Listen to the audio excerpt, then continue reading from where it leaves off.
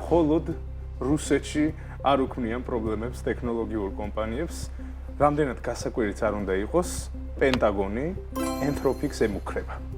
ეს ძალიან ხმამაღალი განაცხადია, თუმცა ამას აქვს რამდენიმე სერიოზული წინაპირობა და მიზეზი, რატომაც არის ამერიკის ომის დეპარტამენტი ასე განაწყენებული ამ ხელოვნური ინტელექტის სტარტაპის მიმართ. მოკლედ, Anthropic-ი ყველამ კარგად ვიცით, რომ არის მსოფლიოში ერთ-ერთი საუკეთესო AI მოდელი და AI კომპანია, რომელიც ქმნის კლოდს, მსოფლიოში ერთ-ერთი საუკეთესო AI chatbots და შესაბამისად, პენტაგონმა, რომელიც ყოველთვის დაინტერესებულია, რომ ამერიკული ტექნოლოგია მაქსიმალურად აითვისოს, პირველ სწორედ მას მიაკითხა, როცა დაინტერესდა იმით, რომ საკუთარ სისტემაში შეეშვა ხელოვნური ინტელექტი და გამოეცადა რა რესურსები შეიძლება გამოიყენოს აქედან სახელმწიფომ. თუმცა, დროთა განმავლობაში Anthropic-ში გაახსენდათ, რომ ომის დეპარტამენტის დანიშნულება არ არის მხოლოდ სკროლვა, არ არის მხოლოდ თვალიერება ინფორმაციის და იმის გარკვევა, მაგალითად, საცხოვრობს ნიკოლას მადურო.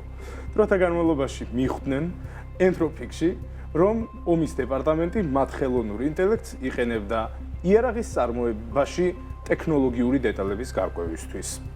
იყენებდა მათ შორის და ეს ინფორმაციის სულ ცოტა ხნის წინ გაირკვა პალანტირის გავლით ნიკოლას მადუროს წინააღმდეგ ოპერაციის განხორციელებისას. არ ვიცი დეტალურად რას არკვევდნენ, სად იყო იმ მომენტში თუ რა დეტალზე იყო საუბარი, თუმცა Anthropic-ი საკმაოდ კრიტიკულად შეხვდა იმას, რომ ამერიკის ომის დეპარტამენტმა მისი ხელოვნური ინტელექტის ეგრეთ წოდებული ეთიკური AI-ის გამოყენება არაჰუმანური მიზნებისთვის დაიწყო.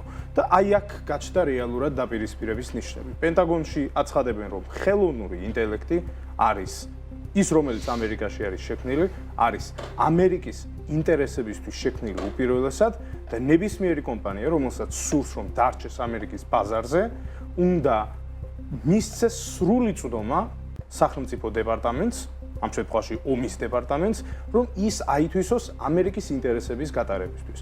ამ შემთხვევაში საინტერესო არის ის, რომ ილონ მასკის გროკი და სემ ოლტმენის ChatGPT ორივე ხელით ხვდებიან სახელმწიფო დეპარტამენტის ინიციატივას, გასაკვირიც არ არის, რატომ გროკი პენტაგონის გარეშეც ისეთ სასწაულებს ატარებს არ არის გასაკვირი. მას არ ჭირდება პენტაგონის დამატებითი ზეწოლა ამისათვის. მაგრამ Anthropic-ი თავიდანვე პოპულარული და წარმატებული გახდა იმიტომ, რომ მან თავიდანვე მოუჭირა, ასე რომ ვთქვათ, ხელოვნური ინტელექტს, ასე რომ ვთქვათ, საზღვრები და გამოაცხადა, რომ არ შეიძლება მისი გამოყენება ბოროტი მიზნებისთვის. თუმცა პენტაგონს თავისი განსაზღვრული ლოგიკა აქვს და ამბობს, რომ ამჟამად არსებული 200 მილიონიანი გარიგება, რომელიც Anthropic-სა და პენტაგონს შორის არის დადებული, უბრალოდ გაუქმდება, Anthropic-ი სრულად ამოიშლება ამერიკული სახელმწიფო სისტემებიდან და მომავალშიც კი, როცა საჯარო უწყებებში ცდის მაგალითად ტენდერების მოგებას, როგორიც არის ინტეგრირება, თუნდაც ნებისმიერ დროს შეიძლება გამოაცხადოს სახელმწიფო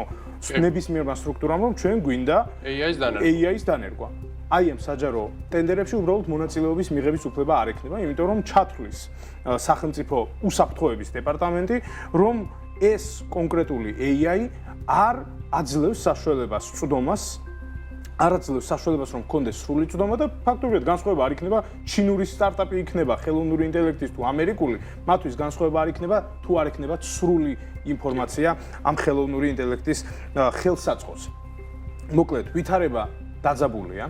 ამ ხრივ დარიო ამოდეიმ საინტერესო გადაწყვეტილება მიიღო, რომ ტრამპის ადმინისტრაციის უახლოესი გარემოცვის წევრი 6 კაციან აღმასრულებელ საბჭოში მიეწვია და დაენიშნა წევრად, შესაბამისად დიდი ალბათობით აი ამ ადამიანის გავლით ეცდებიან, რომ დააბალანსონ ვითარება და პენტაგონი ისე არ მოიმდურონ, რომ მართლა ქვეყნიდან გასაქცევად გაუხდეთ საქმე, თუმცა აქ არის რეალურად ბალანსი დასაჭერი, იმიტომ რომ Anthropic-ის რეპუტაცია დგას ის ეთიკურობაზე, ის არასდროს არ გასცემს ადამიანს ისეთ პასუხს და არასდროს არ შეუქმნის ისეთ რისკს, როგორიც შეიძლება შეუქმნას გროკმა, როგორიც შეიძლება შეუქმნას ChatGPT-მ და თუნდაც Gemini-ი. შესაბამისად, აქ ბალანსის დაჭერა ნამდვილად იქნება საჭირო, განსაკუთრებული ყურადღებით დავაკვირდებით, როგორ განვითარდება აი ეს ვითარება Anthropic-სა და პენტაგონს შორის.